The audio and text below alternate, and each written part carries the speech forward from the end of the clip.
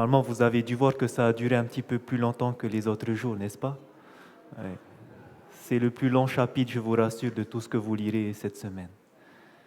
Mais c'est vrai que si vous avez pris le temps de lire ce qui s'est passé devant Pilate, devant Hérode, et que vous avez regardé en même temps comment Jésus réagissait, vous savez, il aurait pu à n'importe quel moment arrêter et rentrer au ciel. Et on voit combien il attendait qu'une seule chose, c'est que les personnes se convertissaient. Il laissait un exemple pour tous ceux qui le regardaient. Et vous savez que le brigand qui va se convertir à la croix, c'est parce qu'il aura vu tout ce qui s'est passé. Quand Jésus n'a pas ouvert la bouche, il avait vu quelque chose en lui qui était différent. Et c'est pour ça qu'il va reconnaître la messianité de Jésus. C'est magnifique lorsqu'on regarde comment Jésus il est, comment est-ce qu'il agit devant les personnes qui le persécutent. Et plus vous regardez cela, plus vous verrez que quand quelqu'un vous fera la même chose, vous n'allez pas non plus répondre. Vous allez faire comme Jésus. Et ça, c'est le Saint-Esprit qui le fait en vous. Et vous verrez, plus vous contemplerez cela, plus lorsque quelqu'un vous dira des choses qui ne sont pas bien, vous allez faire comme Jésus, parce que vous voulez lui ressembler. C'est ce qui va se passer. Eh bien, à partir de ce soir et les jours qui suivront, nous verrons des choses importantes. Nous parlerons de ce qu'on appelle la réforme. Comme vous le voyez, nous avons vu au début que nous sommes vraiment arrivés à un moment critique dans l'histoire de cette planète. Et je pense que nous avons tous saisi, tous compris, que maintenant, Dieu va préparer son peuple. Le peuple adventiste doit se préparer à partir d'aujourd'hui. Et la préparation, c'est pour avoir le caractère de Jésus. Arriver à arrêter avec ces petits péchés que nous avons. Et vous allez voir que la parole de Dieu ne nous laisse pas sans instruction comment nous préparer. Et je remercie le Seigneur d'avoir laissé ces instructions dans sa parole, mais également dans l'esprit de prophétie. Tout est là pour que le peuple de Dieu se prépare à la fin des temps.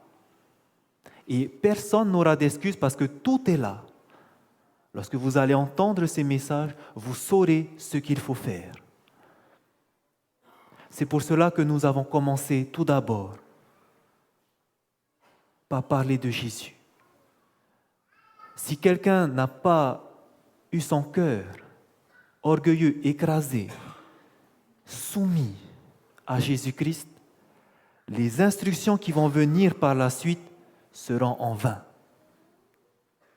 C'est pour ça que nous avons passé hier un moment à contempler ce qui s'est passé à la croix. C'est pour ça que chaque matin, vous passez du temps à lire Jésus-Christ. Contemplez ces derniers instants. Parce que vous verrez que des instructions maintenant vont vous être données. Et un cœur qui est brisé va tout vouloir prendre ces instructions parce qu'il veut refléter Jésus-Christ. Mais un cœur qui est encore endurci, ces instructions, il ne va pas vouloir les prendre. Et c'est pour ça que nous avons passé ces 4 premiers jours à passer du temps, à voir que c'est le moment et que la solution, c'est ce cœur brisé par la contemplation de Jésus. Aujourd'hui, frères et sœurs, nous allons voir par où commencer cette réforme. Comment changer notre façon de vivre maintenant devant Dieu. Nous avons vécu une vie, on pensait qu'elle était droite devant Dieu, mais vous verrez que Dieu va nous montrer que ce n'est pas le cas. Et nous avons besoin maintenant de corriger notre façon de vivre. Et savez-vous où est-ce que la réforme va commencer? Ça va commencer d'abord dans le foyer. Tout part de là. Ce soir, peut-être certains d'entre vous entendront des choses qui leur feront mal. Et quelqu'un parmi vous dira non, je ne veux plus écouter. Peut-être qu'il va vouloir sortir parce qu'il aura mal à entendre. Mais ça vient de la parole de Dieu. Je ne vais pas ce soir dire des choses qui vont plaire à tout le monde peut-être. Mais je n'ai pas le choix parce que le Seigneur m'a dit de dire ces choses-là. Et si je ne le dis pas, je ne pourrai pas détourner les personnes de leur mauvaise voie et leur sang, s'ils sont perdus, retombera sur moi. Lorsque quelqu'un a cette responsabilité de prêcher la parole en tant que sentinelle, il a le devoir de faire ce que Dieu lui montre. Et je vous dis parfois, ça me fait mal parce que je n'ai pas envie de dire, je n'ai pas envie de blesser les gens. Et je n'aime pas blesser les gens. Mais vraiment, il faut que vous sachiez ces choses-là. Et c'est pour ça que j'aimerais demander à chacun. Nous devons demander à Jésus que c'est toi qui vas parler. Donne-moi tes instructions, je veux savoir. S'il y a des choses qui ne vont pas dans mon foyer, je veux savoir pour réarranger, pour vivre une vie qui te rende gloire. Et nous devons demander cela. Et vous allez voir que ça sera plus facile à entendre ces choses-là.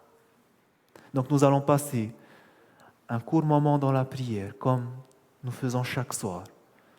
Nous allons demander à Dieu de préparer notre cœur à recevoir ces instructions qui viendront de sa parole et de l'esprit de prophétie. Nous allons nous mettre à genoux pour ceux qui le peuvent et nous allons prier individuellement et je terminerai par une prière.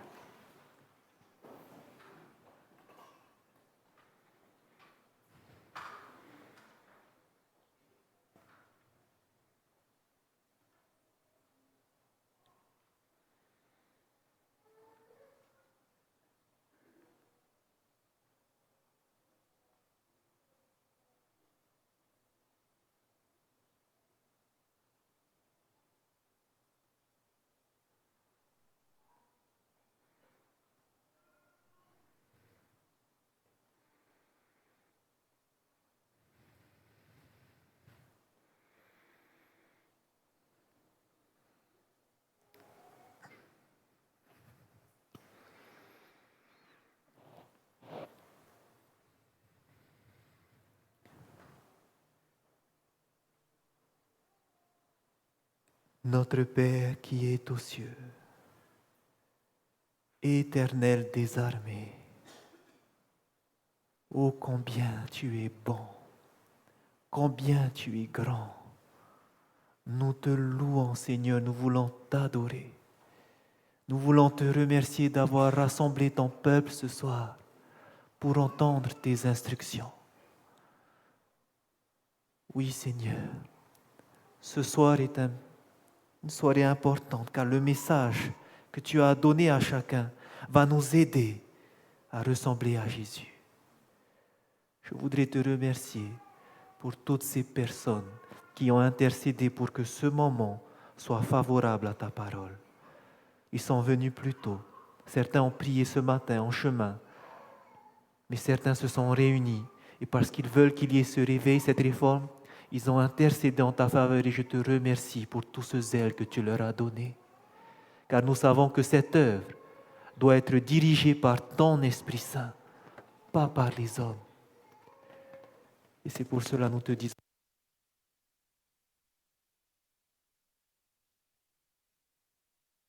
nous voulons que tu sois glorifié.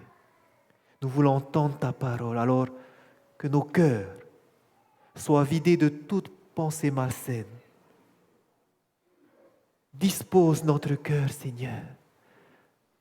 Permets que les soucis de la journée, nous puissions ne pas y penser, mais aide-nous à regarder au plus important, à notre destinée éternelle. Parle au travers de ton serviteur, Seigneur. Humilie-le afin que tu puisses être glorifié et que les paroles qu'il prononceront viendront de toi, de ton esprit, et que ces paroles qui seront dites par ton esprit puissent toucher les cœurs par ton esprit. Oui, Seigneur, entoure-nous maintenant de tes anges puissants. Repousse les mauvais esprits et que maintenant tu puisses régner, que tu puisses être glorifié. C'est notre prière que nous voulons t'adresser dans le nom de notre Sauveur, Jésus-Christ. Amen.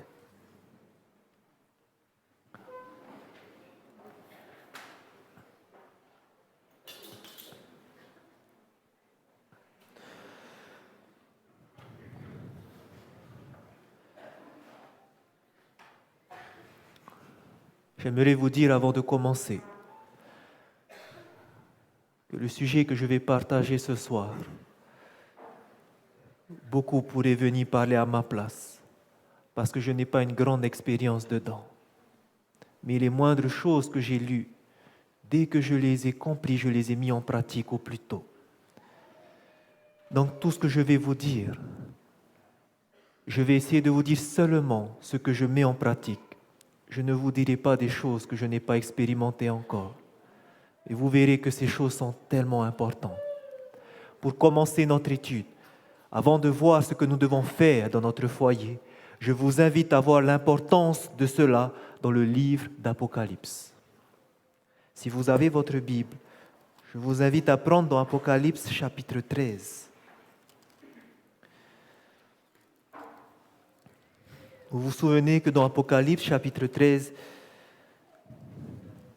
le Seigneur nous montre ce qui arrivera devant nous au travers de deux bêtes, celle qui monte de la mer, celle qui monte de la terre. Nous allons regarder ce qui va se passer à la fin dans Apocalypse chapitre 13, où nous lisons les versets 14 à 17. Apocalypse chapitre 13, versets 14 à 17.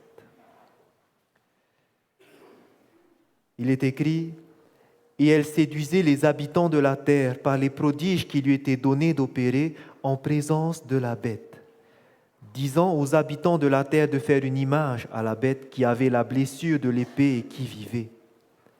Et il lui fut donné d'animer l'image de la bête, afin que l'image de la bête parlât et qu'elle fit que tous ceux qui n'adoreraient pas l'image de la bête fussent tués. Et elle fit que tous, petits et grands, riches et pauvres, libres et esclaves, reçussent une marque sur leur main droite ou sur leur front, et que personne ne put acheter ni vendre sans avoir la marque, le nom de la bête ou le nombre de son nom. » Depuis ces quelques jours, nous avons une plus claire compréhension de ce qui va se passer. Nous savons que cet événement va se passer dans le futur, où après l'image de la bête viendra cette loi du dimanche, où maintenant les personnes pourront recevoir soit la marque de la bête, mais nous allons voir que ce n'est pas tout le monde qui le recevront. Il est bien dit qu'elle fera que toute la terre, petits et grands, riches et pauvres, libres et esclaves, vont recevoir la marque, mais nous avons vu que tous ne recevront pas la marque. Pourquoi? Parce qu'une partie recevra le sceau de Dieu. Et nous voyons cela dans Apocalypse, chapitre 7. Et nous allons examiner ce peuple encore, qui ne recevra pas la marque de la bête. Nous avons vu que cela se passerait avant les vents destructeurs, avant les 7 fléaux. Et regardez ce qui va se passer dans Apocalypse, chapitre 7, au verset 2 et 3.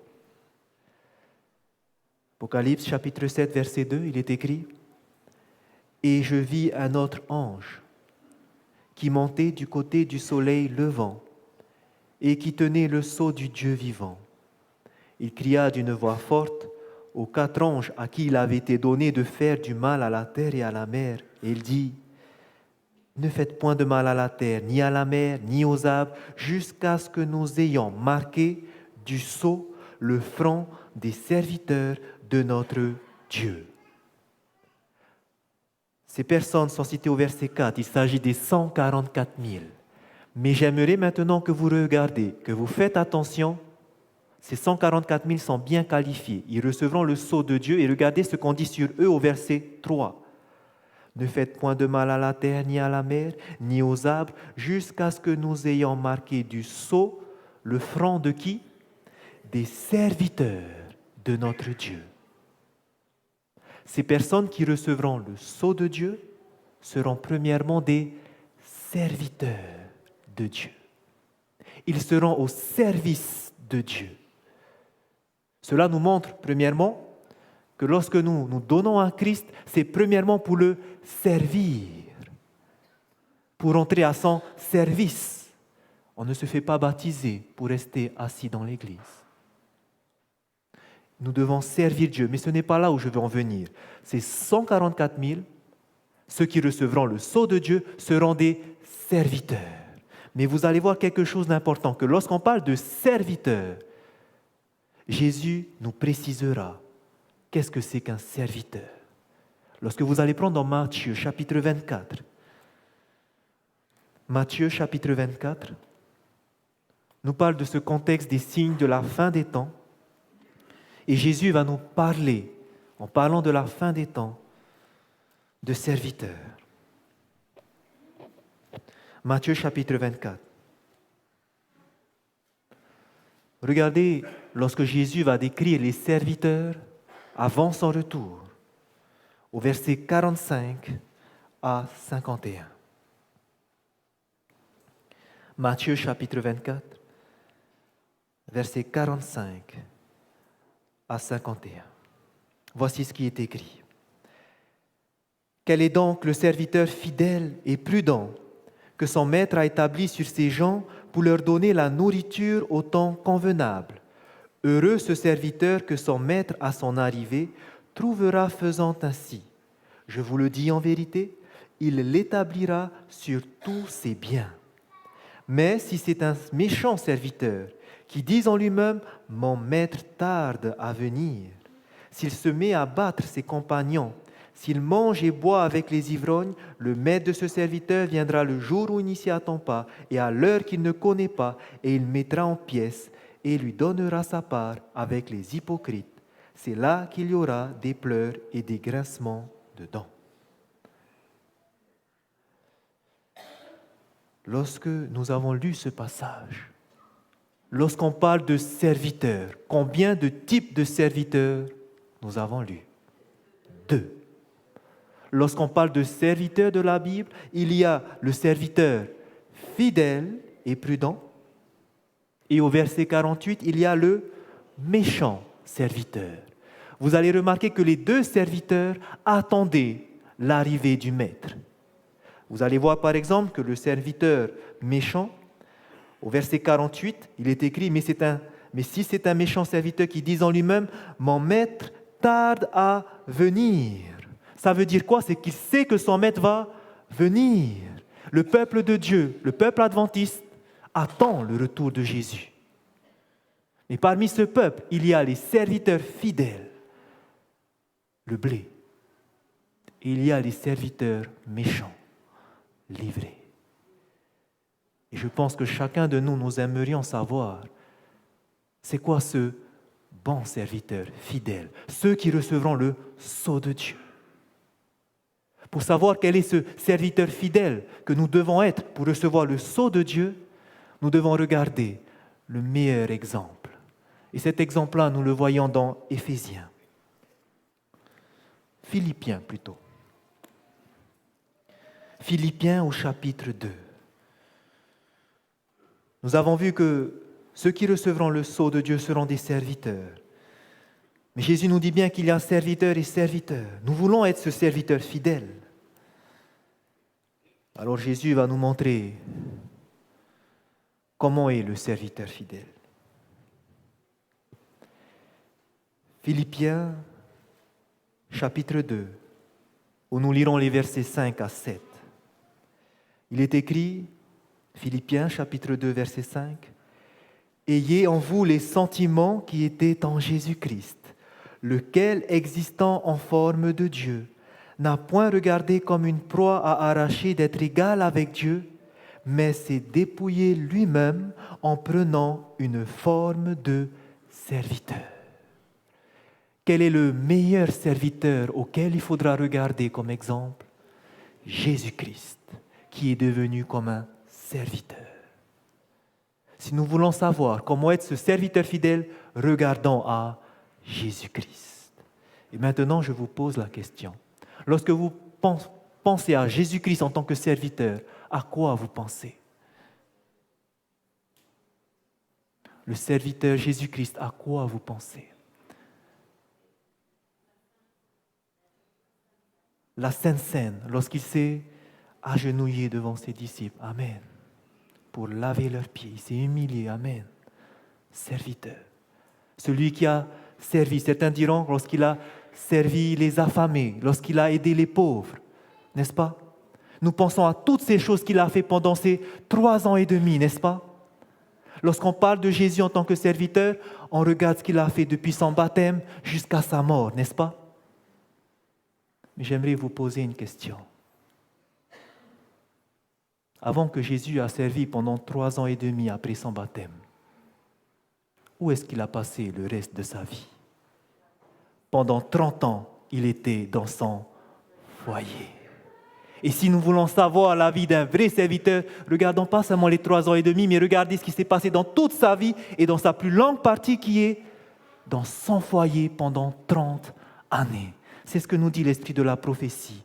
Dans Jésus-Christ, chapitre 7, page 58, elle écrit « Jésus est notre modèle ».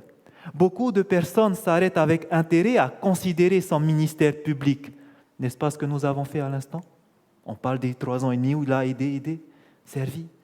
Mais négligeons l'enseignement de ses premières années. Pendant ces 30 années où il était dans son foyer, c'est dans sa vie de famille qu'il est notre modèle. Si nous voulons savoir comment Jésus-Christ a servi, pour être ce serviteur fidèle, regardons d'abord dans la vie de famille de Jésus-Christ. C'est ici le plus important. C'est pour cela que tout doit commencer d'abord dans le foyer. Il nous est dit aussi, tout jeune homme qui suit l'exemple du Christ, exemple de fidélité et d'obéissance au sein de la famille, celui-là peut s'appliquer les paroles que le Père a prononcées par l'Esprit Saint. Voici mon serviteur, celui que je tiens par la main, mon élu en qui mon âme prend plaisir. À qui Dieu va dire, voici mon serviteur? À celui qui sera fidèle et obéissant au sein de sa famille comme Jésus. Lui sera le serviteur que Dieu dira, voici mon serviteur. C'est pour cela que c'est important de commencer dans le foyer. Et ceci s'applique premièrement aux jeunes. Chers jeunes, vous qui voulez être serviteurs de Dieu, vous qui vous êtes engagés pour le Seigneur, nous devons tout d'abord commencer par notre foyer. Je parle surtout aux jeunes qui ont pu avoir la chance de grandir dans un foyer adventiste. Vous avez cette chance de pouvoir faire le coucher de soleil, de pouvoir faire la vigile matinale en famille. Mais malheureusement, malgré tout ce confort que vous pouvez avoir, il y a tellement de jeunes qui sont, je ne vais pas dire le mot, mais méchants devant leurs parents. Comment est-ce que nous pouvons être des serviteurs de Dieu? Comment est-ce que nous pouvons montrer un modèle aux autres si, premièrement, dans notre famille, nous sommes un méchant serviteur? C'est pour cela, chers jeunes, tout d'abord, agissons dans notre foyer. S'il y a des choses qui ne vont pas, des disputes qui ont eu entre papa, maman et nous, la première chose que nous devons faire, c'est régler ces problèmes. Nous devons être des serviteurs fidèles. C'est important. C'est vrai, maintenant, il y a des personnes, des jeunes, qui, eux, ne font pas partie de familles adventistes parmi nous, mais ils se sont donnés à Christ. Et ils ont accepté de se baptiser dans cette famille adventiste. Mais malheureusement, lorsqu'ils rentrent à la maison, qu'est-ce qui se passe? Ils ne sont pas dans un foyer adventiste et c'est difficile. Et je trouve que ces jeunes sont très courageux. J'aimerais vous dire, peut-être que vous n'avez pas la chance de vivre dans cette atmosphère. Mais j'aimerais vous dire que par votre caractère, par votre façon de vivre, vous pouvez toucher vos parents. Il faut qu'ils voient en vous qu'il y a eu un changement. Et vous allez voir qu'ils seront touchés par cela. Ils vont voir une autre personne. Et ils vont voir que la vérité que vous avez trouvée, elle a valu la peine. Mon fils n'est pas devenu pire qu'avant, mais il a changé, il s'est amélioré. Et c'est ça que les parents veulent voir chez vous, pour ceux qui ne sont pas de famille adventiste. Donc, chers jeunes, je parle à vous premièrement parce que Jésus a été ce modèle pour vous. Mais il n'y a pas que les jeunes ce soir. L'Éternel nous parle aussi des parents. Et regardez ce que l'esprit de prophétie nous dit par rapport aux parents.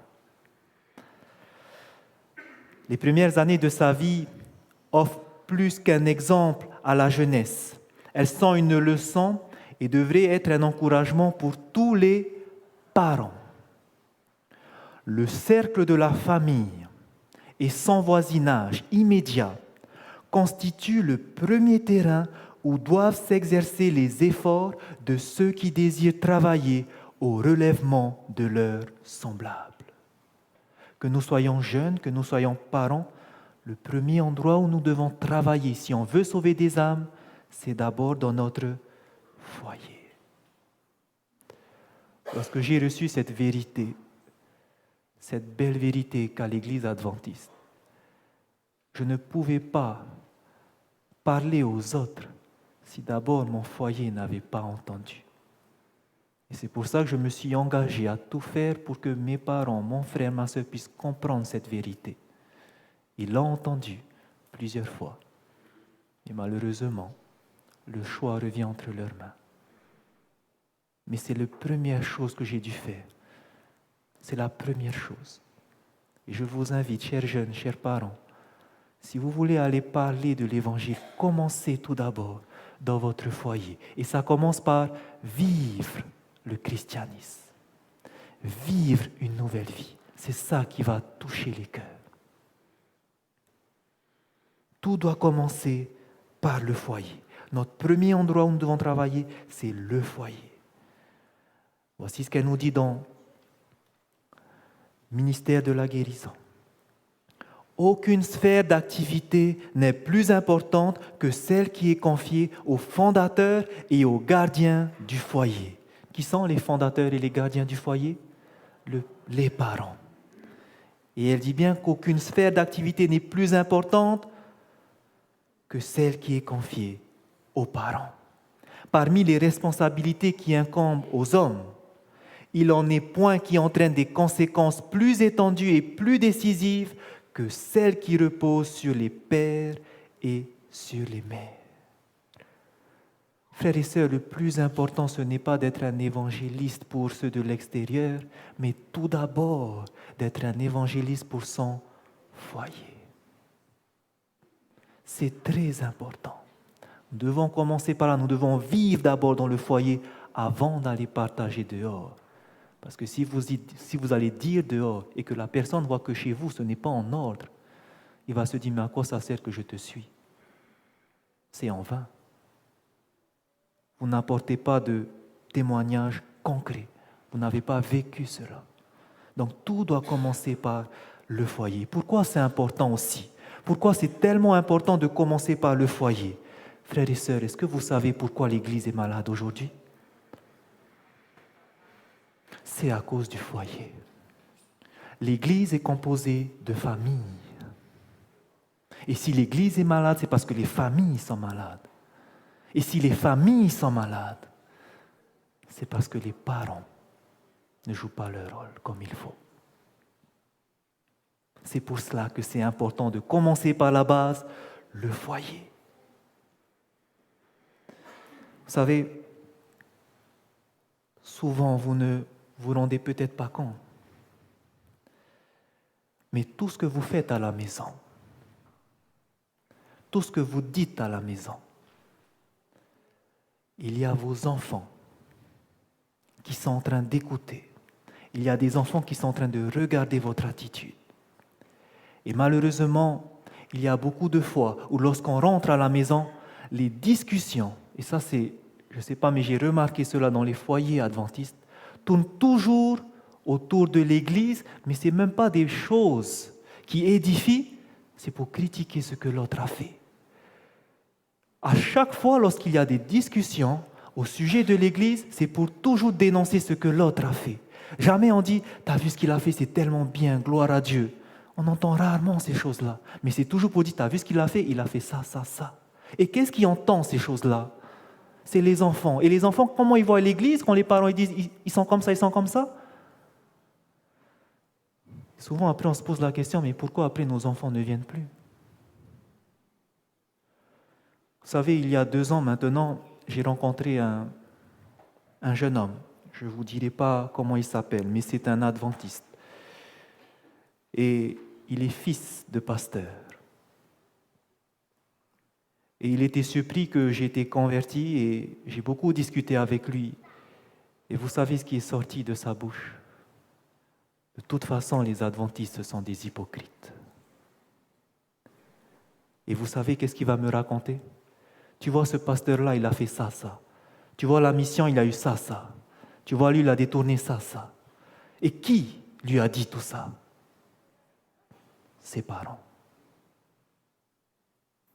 Maintenant, si une personne consacrée n'arrive pas à tenir sa bouche, qu'est-ce qu'il en est des membres? Ne nous étonnons pas, frères et sœurs, que si nous avons des jeunes qui ne sont plus là, c'est que premièrement, à la maison, il y a des choses qui se sont échappées de nos bouches. Les enfants ont regardé, ils se sont fait une image de ce que vous avez dit. Et malheureusement, nos foyers ont été brisés à cause de ça. Nous avons une grande responsabilité. Une grande responsabilité.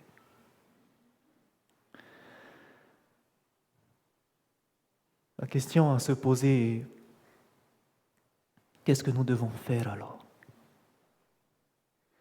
Comment corriger tout ça? J'aimerais vous donner la solution qui vient de la parole de Dieu. Vous savez quel est le modèle que Dieu nous a donné pour le foyer? C'était ce premier foyer qu'il a conçu avant le péché. Lorsque vous imaginez ce qui s'est passé au jardin d'Éden, lorsque Dieu a créé Adam et Ève, ses premiers enfants, est-ce que vous arrivez à imaginer ce qui a pu se passer là-bas? Imaginez un petit peu Dieu qui chaque jour rencontrait ses enfants. Ils faisaient quoi? Ils étudiaient ensemble, ils louaient ensemble. Ils jouaient peut-être ensemble, ils passaient du temps merveilleux ensemble, n'est-ce pas? Mais ils avaient cette communion dans la famille, ensemble. Et si nous voulons comprendre comment avoir ce foyer idéal, comment corriger, nous devons regarder le modèle et regarder le plan de Dieu. Et je remercie l'Esprit de prophétie parce qu'elle nous donne tellement d'indications dessus, mais je vais aller seulement à l'essentiel. Regardez ce que Dieu veut pour nos foyers, comment corriger nos foyers. Elle nous dit dans le livre Éducation, page 281. Voici le plan de Dieu pour notre foyer. Le plan de Dieu est que les membres d'une même famille s'associent dans le travail et dans l'étude, dans l'adoration et dans la récréation. Que nous faisons les choses ensemble. Que nous faisons le travail ensemble. Pas il y a un qui ramasse les pains et l'autre qui est devant la télé. Ou il y a un qui fait la vaisselle et l'autre... Enfin, vous comprenez ce que je veux dire. Ce n'est pas moi qui le dis, c'est écrit. On fait les choses ensemble. C'est tellement merveilleux de travailler ensemble. Le papa qui voit son fils en train de travailler avec lui, la maman qui travaille avec sa fille dans le jardin et le papa, c'est magnifique. C'est magnifique. C'est ce que nous devons faire. C'est ce que nous devons faire. Étudier ensemble la parole de Dieu. Adorer ensemble notre Seigneur. Mais surtout, et je pense que c'est là où beaucoup aujourd'hui nous péchons. Surtout dans la récréation. Il y a un temps pour tout. S'il y a un temps pour travailler, un temps pour étudier, un temps pour louer le Seigneur, il y a aussi un temps pour jouer ensemble. Et malheureusement, beaucoup aujourd'hui dans notre génération n'ont plus le temps de jouer avec les enfants. Pourquoi? Tellement le travail nous prend du temps. Tellement les choses à faire, il y en a tellement. Et ça, je parle pour moi premièrement. Et cette semaine d'ailleurs, c'est ce qui s'est fait. Beaucoup à la maison, des fois, je pleure parce que je n'ai pas le temps. Cette semaine, je suis tellement chargé. Je n'ai même pas le temps de profiter de mon fils. Passer du temps de qualité avec ma femme. Je remercie le Seigneur parce que ça ne va pas durer longtemps. Dès que c'est fini, nous allons reprofiter ensemble. Mais vous voyez, lorsqu'on sait ces choses-là et qu'on ne fait pas ça, ça fait mal.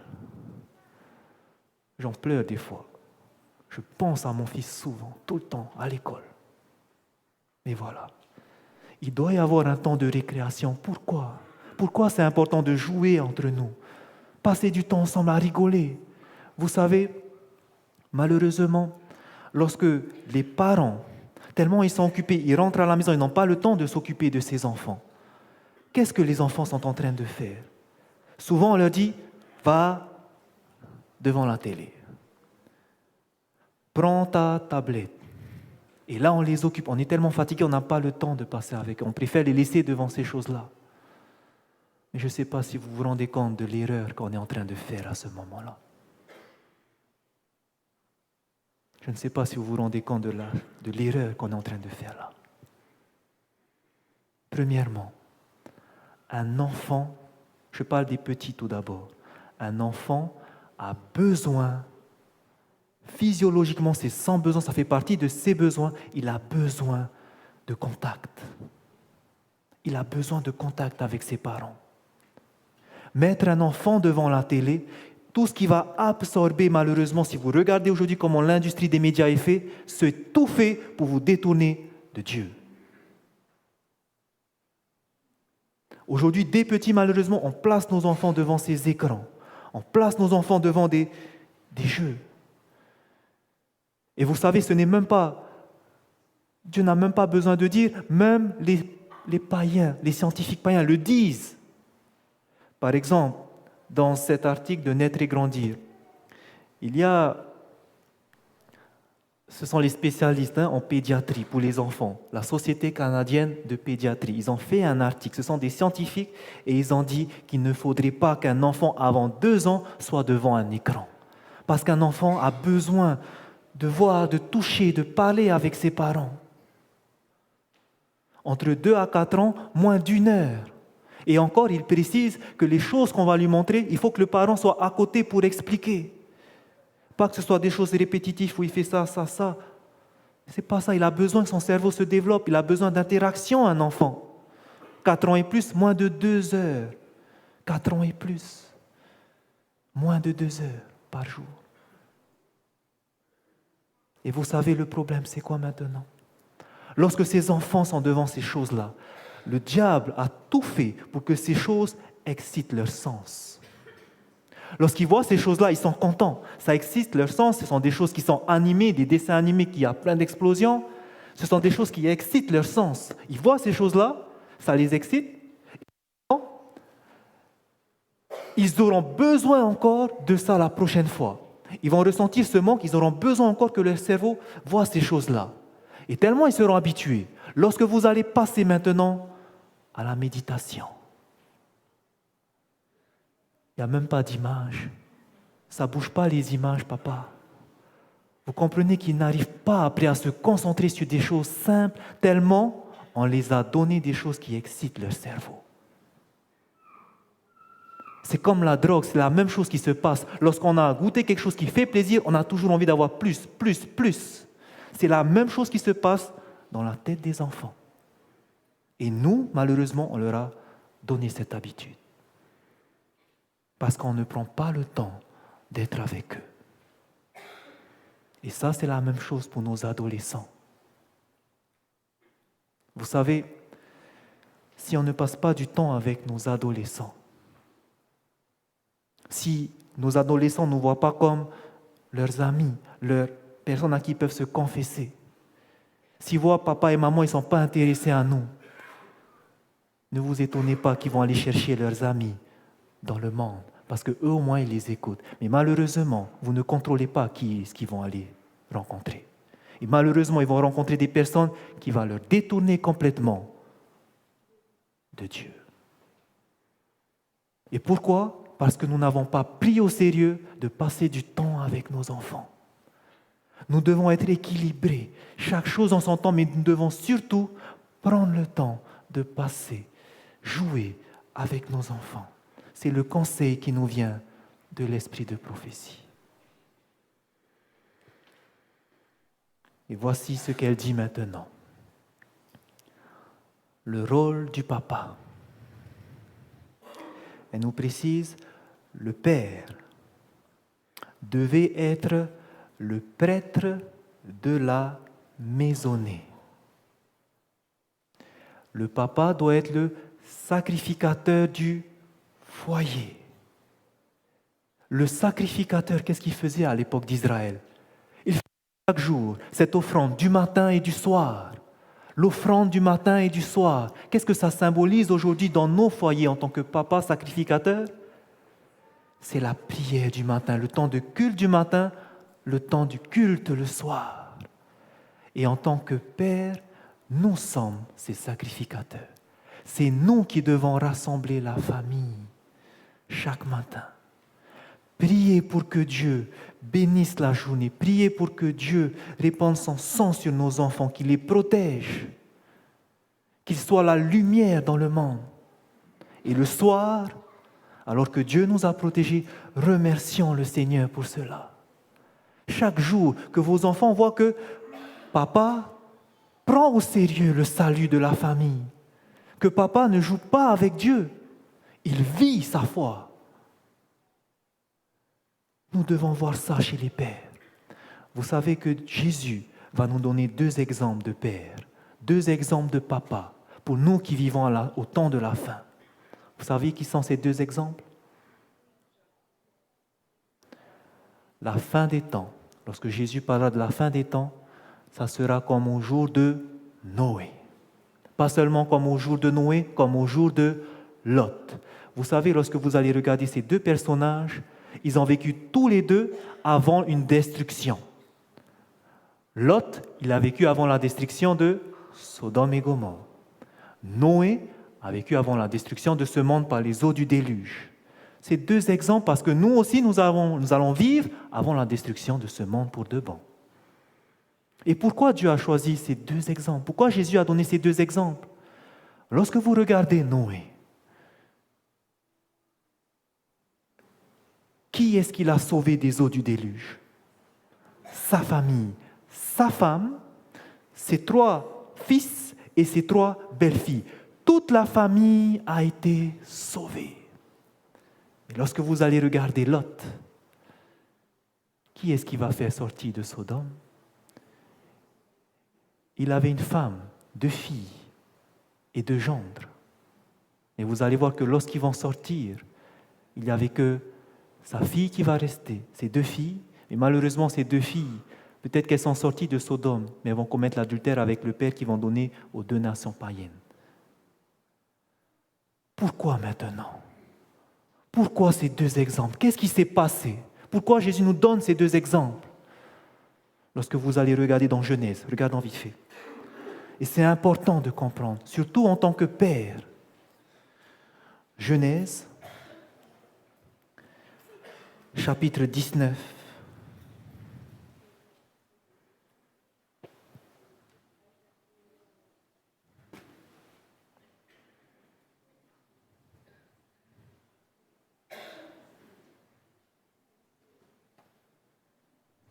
Genèse, chapitre 19. Et nous allons lire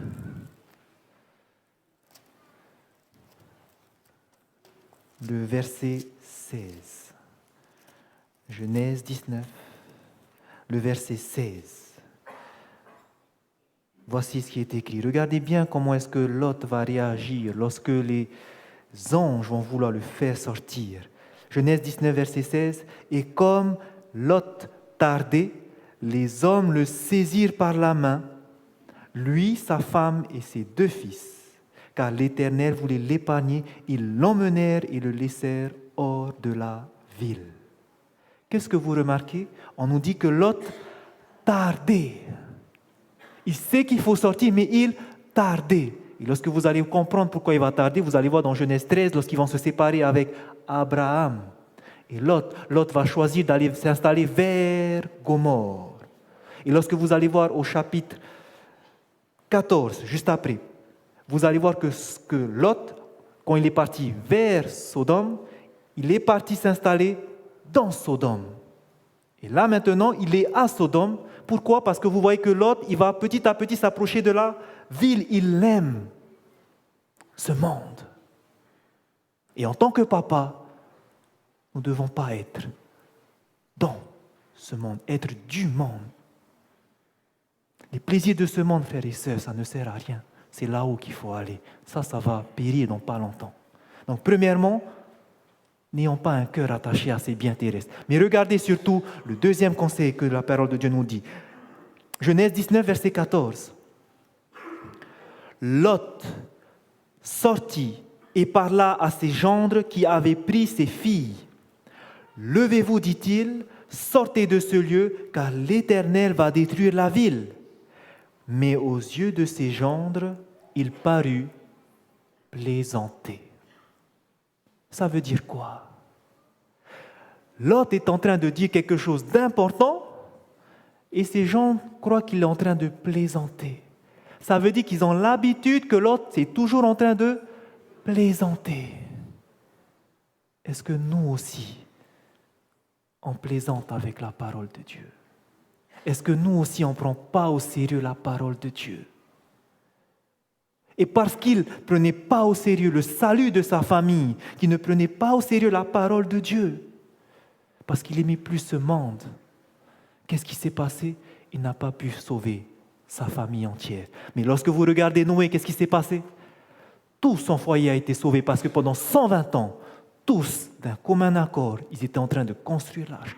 Tous d'un commun accord, ils prêchaient qu'il va venir un déluge. Tous, pendant 120 ans, malgré qu'il y a eu les insultes, les moqueries, Noé prenait son rôle au sérieux. Et nous, en tant que pères, on doit prendre notre rôle au sérieux. Prenons au sérieux la parole de Dieu. Que nos enfants, lorsqu'ils nous voient, ils voient un modèle, que papa aime Dieu. Que papa fait attention à ce qu'il vit. C'est important, frères et sœurs. Le père doit être le prêtre de la maisonnée. Et regardez maintenant la fin. Et le père comme la mère devraient être les instructeurs et les compagnons de leurs enfants. Le père et la mère doivent être quoi? Des instructeurs. Ça veut dire que tous les deux, ils doivent instruire leurs enfants. Et vous savez comment est-ce qu'on peut être de bons instructeurs pour que ce qu'on dit, ils vont l'accepter, le croire et le vivre? Premièrement, il faut que les parents soient des exemples. Premièrement, il faut que les parents, avant de dire des choses sur la parole de Dieu, par exemple, vivent la parole de Dieu. Nous devons être des exemples, être instruits de Dieu, premièrement. Et j'aimerais vous donner 2 instructions pour les papas et pour les mamans de ce que la Bible nous dit que nous devons vivre avant d'instruire nos enfants. Prenons dans Éphésiens. C'est tellement important. Ayons un foyer chrétien. Vivons l'Évangile dans notre foyer. Instruisons nos enfants. Mais avant, soyons des exemples. Regardez ce que l'Éternel nous dit dans Éphésiens chapitre 5. Nous allons commencer par les pères. Nous lisons le verset 25 à 27. Éphésiens chapitre 5. Nous lisons les versets 25 à 27. Il est écrit, « Marie, aimez vos femmes, comme Christ a aimé l'Église, et s'est livré lui-même pour elle afin de la sanctifier, après l'avoir purifiée par l'eau et la parole, afin de faire paraître devant lui cette Église glorieuse, sans tache, ni ride, ni rien de semblable, mais sainte et irrépréhensible. » Marie, comment est-ce que nous devons aimer nos femmes? Comme Christ a aimé l'Église. Notre femme n'est pas un objet. Malheureusement, dans nos foyers aujourd'hui, et ça je n'aime pas dire, mais c'est la vérité, c'est le cas. Nous devons aimer nos femmes comme Christ a aimé l'Église, au point même de se sacrifier comme Christ s'est sacrifié pour sa femme. Nous devons chérir notre femme comme Christ a aimé l'Église. Il s'est livré pour elle. Nous devons aimer, chérir nos femmes. Passer du temps avec elles. Christ et l'Église sont en constante relation. Son Église en tout cas, par la prière. Ils discutent ensemble. Communiquent ensemble. Et lorsque nous revenons du travail, passons aussi du temps avec notre femme. Passons des moments de qualité avec notre femme. Une femme a besoin qu'on lui parle. Une femme a besoin surtout d'être écoutée parce qu'elle parle plus que l'homme. Ça, c'est la vérité. Elle a besoin d'être écoutée. Donc, lorsque Marie, vos femmes parlent, ne regardez pas ailleurs. Écoutez ce qu'elle dit. Ce n'est pas moi qui le dis, c'est la parole. Nous devons être en relation avec notre femme. C'est le plan de Dieu. Vous allez voir comment ça va aller mieux. Parce qu'il suffit que vous jetez un regard d'ailleurs, vous savez qu'est-ce qui va venir après. Hein? Donc nous devons écouter notre femme. Une femme a besoin. Maintenant, j'aimerais parler des femmes. Chères femmes, regardons dans Éphésiens chapitre 5, verset 22. Voici ce que la parole de Dieu nous dit pour nous.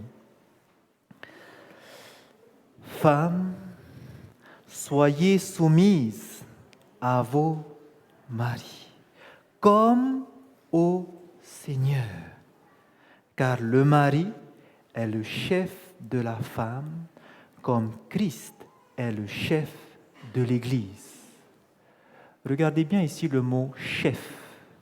Lorsqu'on dit que le mari est le chef de la femme, c'est le mot grec « képhalé », qui signifie « il est responsable de sa femme ».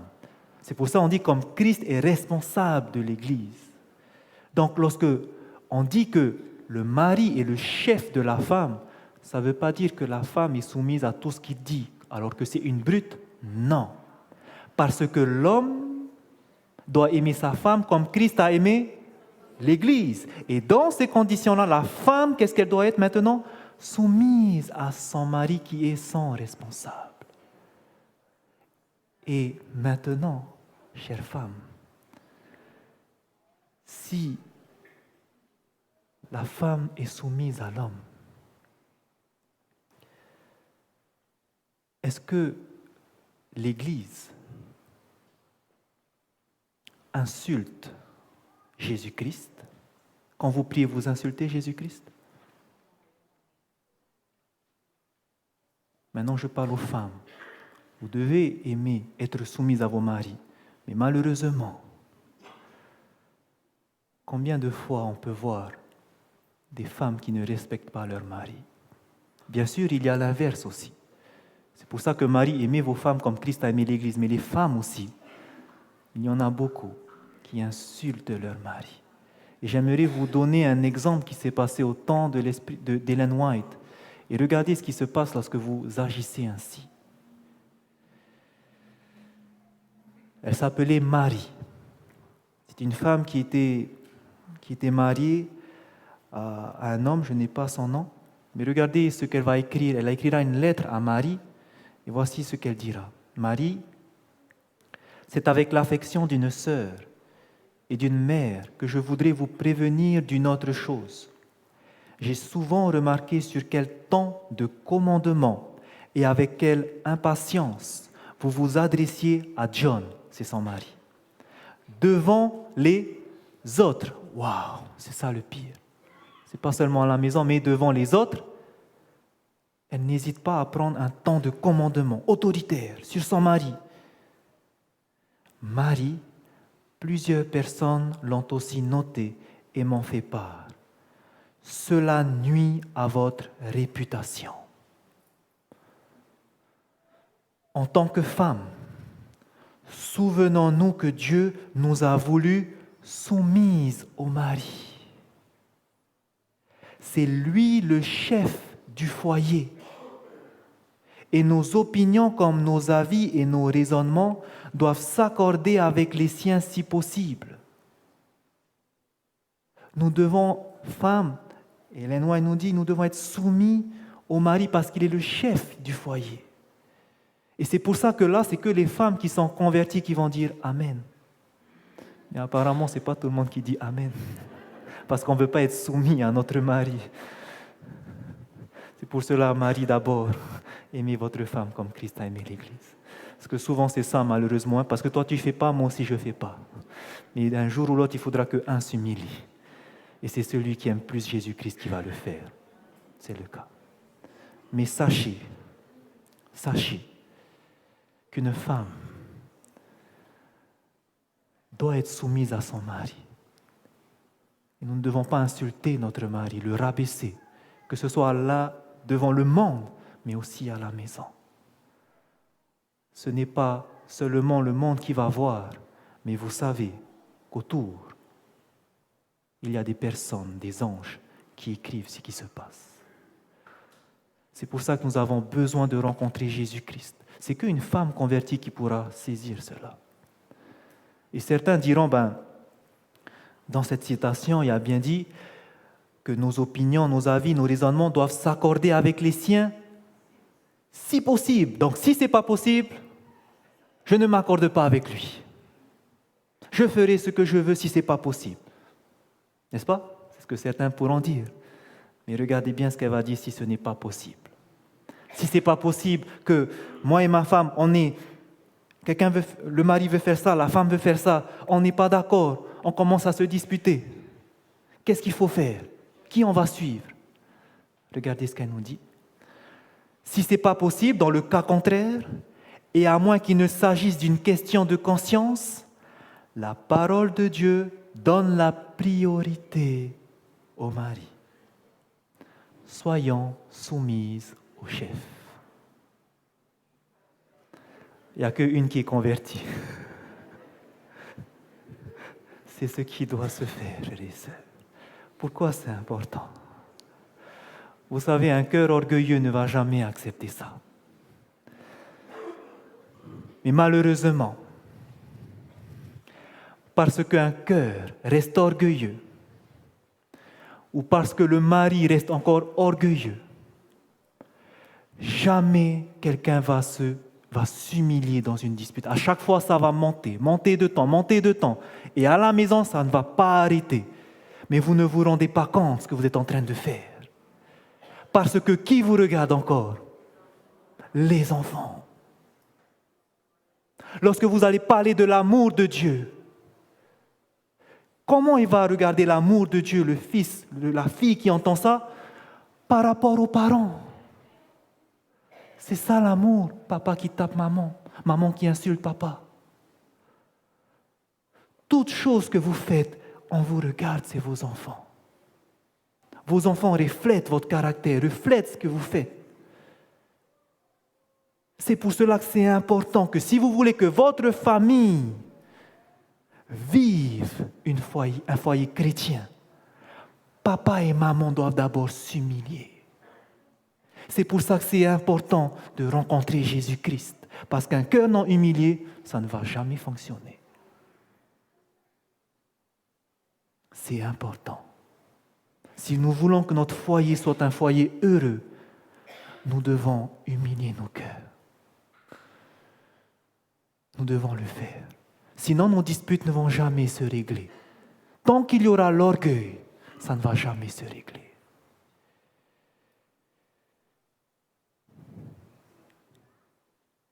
Important. Les parents doivent être les instructeurs et les compagnons de leur enfant. C'est important, frères et sœurs. Vous savez pourquoi? Premièrement, parce que votre foyer, c'est lui qui va témoigner pour vous. Un foyer bien ordonné, c'est lui qui va témoigner au monde ce que Jésus peut faire dans un foyer. Un foyer heureux où règne l'amour. Les anges sont heureux de venir dans ces foyers. Lorsque les personnes de l'extérieur vont venir dans votre foyer, ils vont voir comment c'est, ils vont voir la différence. Et la différence, c'est que vous appliquez la parole de Dieu parce que vous aimez Jésus-Christ. Vivez l'évangile dans le foyer. Ça ne sert à rien d'aller dehors prêcher, alors que dans mon foyer, c'est le bazar. vous ne serez pas crédible. C'est pour cela que c'est important que notre foyer doit être bâti sur le roc, solide. Mais deuxièmement, pourquoi c'est important, frères et sœurs? Vous vous souvenez qui faisait ça? Qui était notre exemple? Jésus-Christ. Nous devons être comme Jésus-Christ parce que nous voulons être des bons serviteurs. Être des bons serviteurs, pourquoi? Pour recevoir le sceau. Et lorsque j'ai vu cette citation, je me suis dit, tout est lié. C'est vrai que le foyer a quelque chose à voir avec le sceau de Dieu. Et regardez cette citation. Certains se disent, c'est pas grave si mon foyer ne va pas bien, je vais aller continuer à évangéliser dehors. Mais regardez bien ce qu'elle nous dit. Ce n'est pas tous ceux qui professent garder le sabbat qui seront scellés. Nous avons déjà vu que tous ceux qui gardent le sabbat, tous les adventistes du 7e jour ne seront pas scellés, seulement ceux qui auront le caractère de Jésus. Il y a beaucoup parmi ceux qui enseignent la vérité aux autres, qui ne recevront pas le sceau de Dieu sur leur front. On va prêcher l'évangile, mais on ne reçoit pas le sceau de Dieu. Pourquoi maintenant? Ils avaient la lumière de la vérité. Ils connaissaient la volonté de leur maître. Ils comprenaient chaque point de notre foi, mais ils n'avaient pas les œuvres qui correspondaient. Et là, elle va citer c'était quoi ces choses qui ne correspondaient pas. Qu'est-ce qui leur manquait? Et elle dira, ils auraient dû diriger correctement leur foyer, afin que par une famille bien ordonnée, ils puissent présenter au monde l'influence de la vérité sur le cœur humain. Ces personnes parmi l'Église qui vont aller œuvrer pour le Seigneur, ils ne recevront pas le sceau de Dieu sur le front parce qu'ils ont manqué de faire quelque chose. Qu'est-ce qui leur manquait? Diriger correctement leur foyer. À quoi ça a servi tout le temps alors je suis parti, alors que mon foyer n'était pas ancré?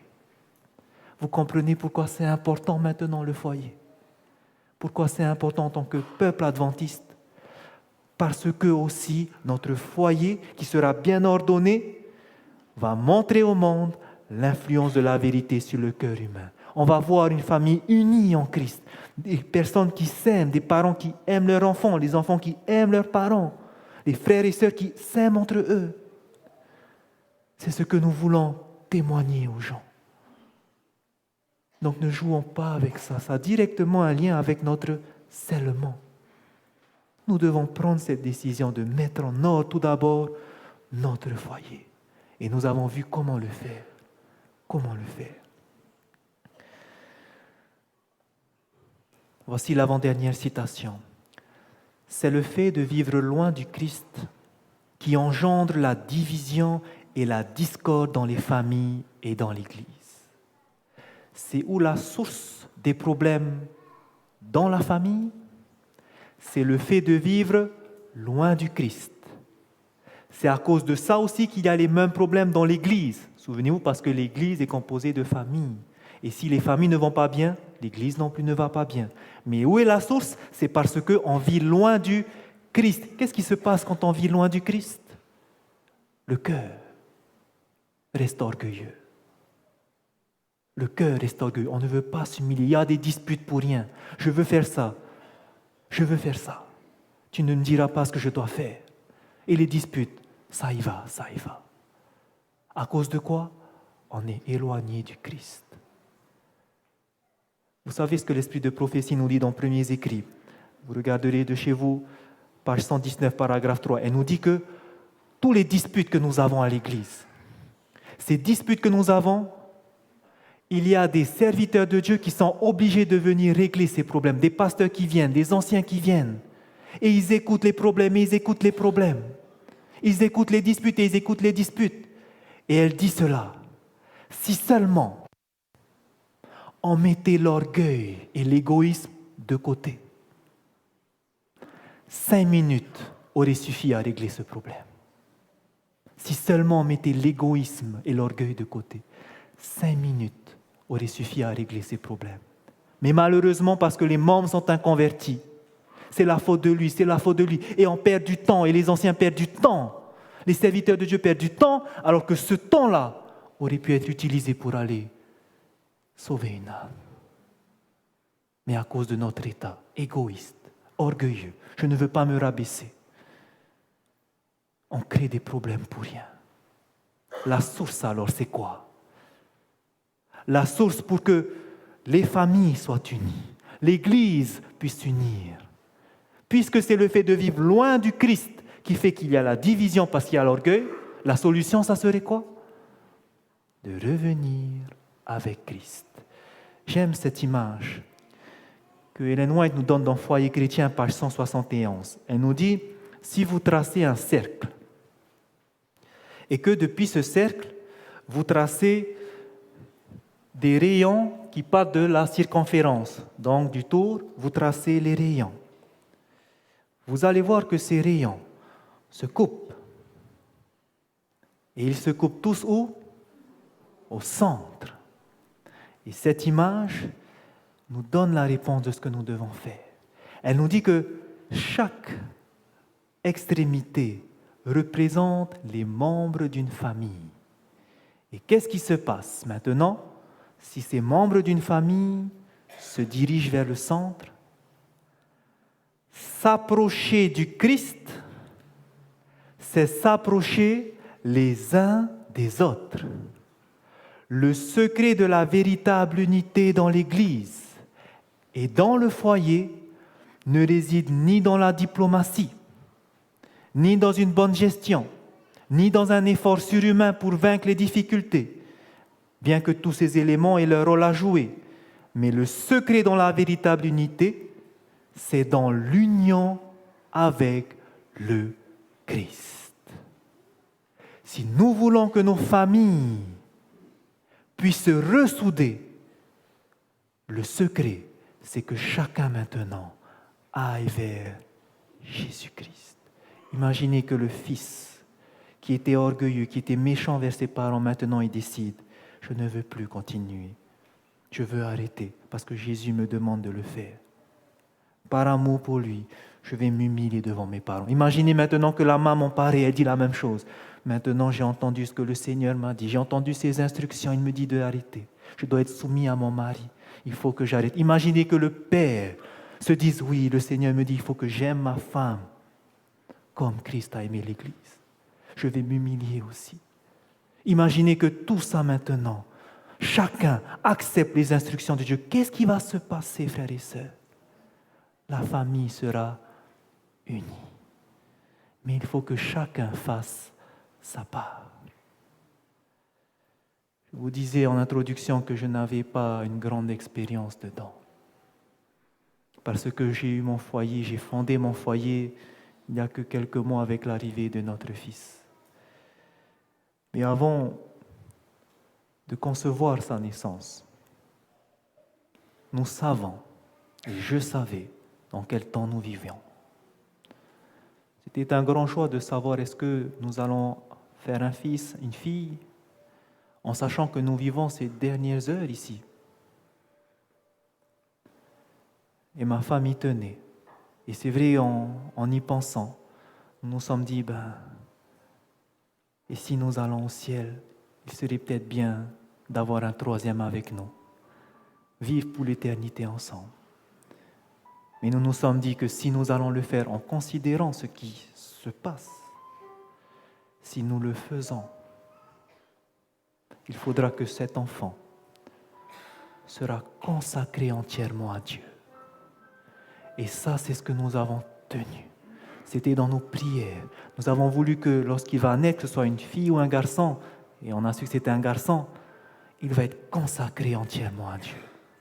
Et la première chose que nous avons commencé avant de faire cet enfant, c'est que nous avons eu tous les deux un travail pour subvenir à son besoin. Par la grâce de Dieu, il nous a donné un travail à chacun. Nous avons pu avoir une maison, construire une maison pour pouvoir l'accueillir. Et tout était prêt pour lui.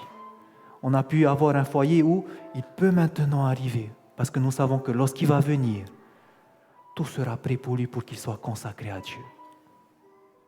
Lorsque nous l'avons donné son prénom, Nous avons choisi un prénom pour qu'il puisse se rappeler constamment que ce n'est pas cette terre-là. Ce n'est pas cette terre-là sa maison. On lui a donné 2 prénoms. Son premier prénom, quand on l'a choisi, c'était Teanuanua. Teanuanua qui veut dire arc-en-ciel. Lorsque vous allez regarder la signification de l'arc-en-ciel, la première fois que l'arc-en-ciel a apparu sur cette planète Terre, c'était après le déluge. Lorsque le déluge est venu, lorsque Dieu a détruit cette terre par le déluge, il a dit qu'il ne va plus jamais le refaire. Et pour cela, il a mis un signe pour cette alliance, qu'il ne va plus détruire cette terre par les eaux, l'arc-en-ciel. Mais 2 Pierre 3 nous dit que cette terre, où Dieu a détruit par les eaux du déluge, elle va être détruite par le feu.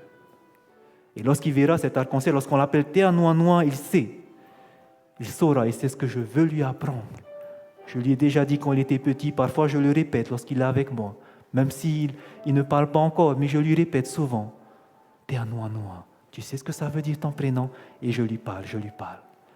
Pour qu'il sache que cette terre, ce n'est pas là où il doit vivre. Lorsque un copain va lui dire, qu'est-ce que ça veut dire ton prénom? Il pourra même prêcher l'évangile. Parce qu'il sait que cette terre, ce n'est pas sa demeure, mais c'est au ciel. Un deuxième prénom qu'on lui a donné, c'est le prénom Eliakim. Eliakim, la racine grecque, Elquam, veut dire « El, Dieu, se lève ». Pourquoi Eliakim? Pourquoi Dieu se lève? Lorsque vous regardez dans la Bible, lorsque Dieu se lève, lorsque Dieu est assis premièrement, c'est parce qu'il est en train de juger, de faire un jugement. Mais lorsque Dieu se lève, c'est qu'il va rendre un jugement. Nous voyons cela par exemple dans Actes chapitre 7, lorsque Étienne va se faire lapider, où c'était la fin du temps de grâce pour le peuple d'Israël. Qu'est-ce qui va se passer? Étienne va se faire lapider, il va regarder au ciel, il va voir Jésus se lever. Pourquoi? Parce qu'à ce moment-là, le jugement était rendu sur la nation d'Israël qui a rejeté son peuple. Et la parole nous dit que Michaël se lèvera une deuxième fois. Et la deuxième fois où Jésus se lèvera, où Jésus aura fini son œuvre, c'est lorsqu'il sortira du lieu très saint. Et nous avons voulu qu'il puisse comprendre ce qui va se passer, pour qu'à chaque fois qu'on l'appelle Eliakim, il sache que nous allons passer en jugement. Il va passer en jugement. Nous devons vivre une vie qui plaise à Dieu. Et nous rendons gloire à Dieu. Parce qu'au moment où il a dû maintenant aller à la crèche, une fois que ma femme a dû reprendre le travail, nous avons dû chercher une nounou pour le garder. Et nous voulons le meilleur pour lui, parce que nous voulons que, malheureusement, il ne sera plus avec nous, on ne pourra plus lui parler de la parole de Dieu constamment. Maintenant, il va aller avec une autre personne et nous rendons gloire, parce qu'il y avait une femme. Nous ne sommes pas trop inquiétés parce que nous avons mis ça entre les mains de Dieu, et voici qu'au final, c'était une femme qui craint le Seigneur. C'est une membre adventiste. Et je rends gloire à Dieu parce que chaque jour, c'est une nounou qui garde 2 autres enfants. À 9h, ils sont tous avec l'école du sabbat des tout petits et ils chantent. Ils font l'école du sabbat. La nounou, elle fait que de chanter des chants sur Jésus, quand ils vont le baigner, quand ils l'échangent.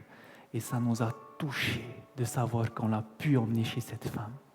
Je rends gloire à Dieu d'avoir pris soin de mon fils. Mais chaque jour, ce qu'on fait avec ma femme, on ne peut pas ne pas demander au Seigneur que nous soyons des modèles. Chaque jour, nous prions pour que moi et ma femme, nous puissions vivre l'Évangile. Que lorsque nous quittons la maison, on se remet entre les mains de Dieu pour que nous soyons des lumières. Parce que nous voulons que notre fils, quand il est avec nous, quand il entend ces choses, il sache qu'on vit sur cette terre pour plaire à Dieu, parce que nous arrivons à la fin. J'ai pu le faire et je rends grâce à Dieu, parce que j'ai entendu ces choses-là. Mais parmi nous, malheureusement, beaucoup n'ont pas eu la chance de comprendre l'Évangile comme cela. Mais j'aimerais vous dire, ce n'est pas trop tard. Ce n'est pas trop tard. Dans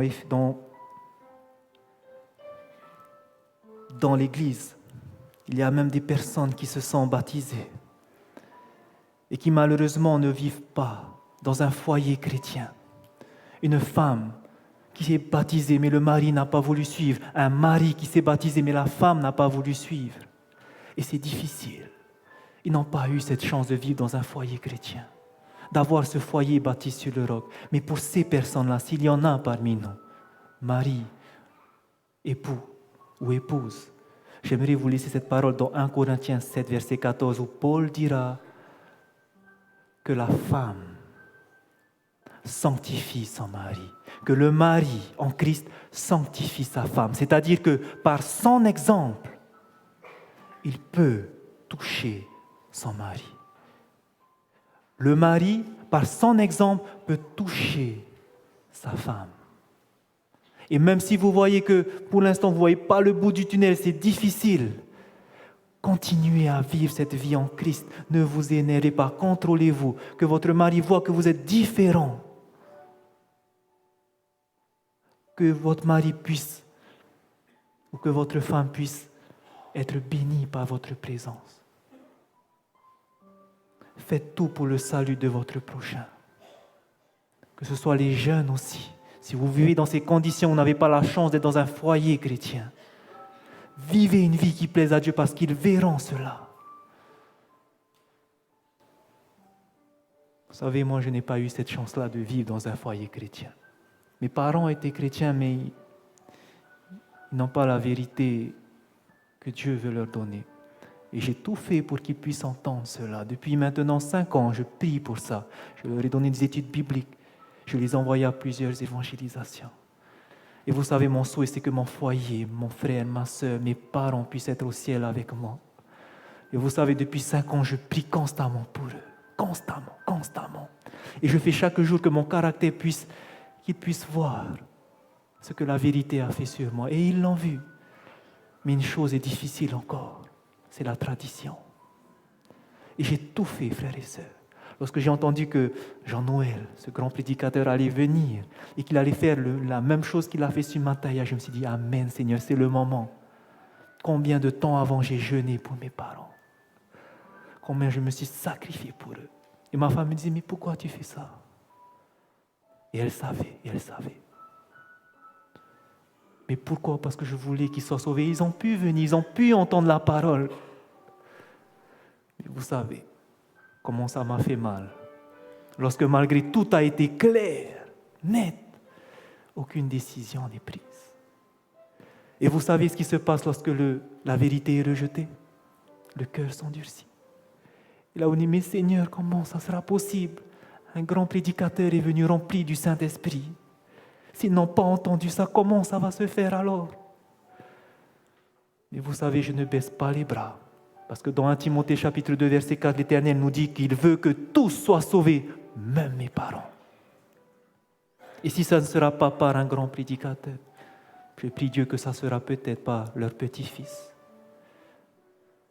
Et parmi nous, il y a tellement de personnes qui vivent cette situation. Les parents qui ne sont pas dans l'église, les enfants qui ne sont pas dans l'église. Frères et sœurs, il n'est pas trop tard. Priez pour vos parents. Et qu'est-ce qui va faire ce changement? C'est votre caractère. Vivez l'évangile. Ne montrez pas un adventiste qui vit comme le monde. Ne montrez pas un adventiste qui vient toujours pour casser par des versets. Ce n'est pas ça qu'ils veulent voir. Ils veulent voir un caractère transformé. Je pense que chacun de nous ici, nous voulons une seule chose. C'est que si nous allons au ciel, ça ne sera pas tout seul.